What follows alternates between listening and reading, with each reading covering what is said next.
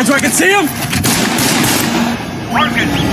That day, my son was supposed to go to a game, but he got my call on the way. I told him his study abroad application had been accepted. I told him to come home right away. But as he was making a U-turn, because he did not use his turn signal, he was stopped by a passing white cop. The cop told him to put his hands on the steering wheel, but Jack wanted to put his phone on the passenger seat first. So I can see him.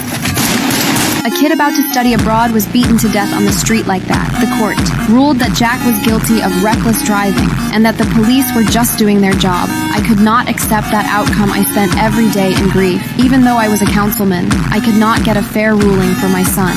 In the end, I decided that if the law would not deliver justice, then I would take matters into my own hands to avenge my son. I started digging for information everywhere. Finally, someone who wished to remain anonymous gave me enough evidence. The notes detailed the events of the case and even included information on other victims and their families. I thought with the evidence I could clear my son's name. Unexpectedly that night, the higher-ups showed up at my door and threatened me to stop investigating.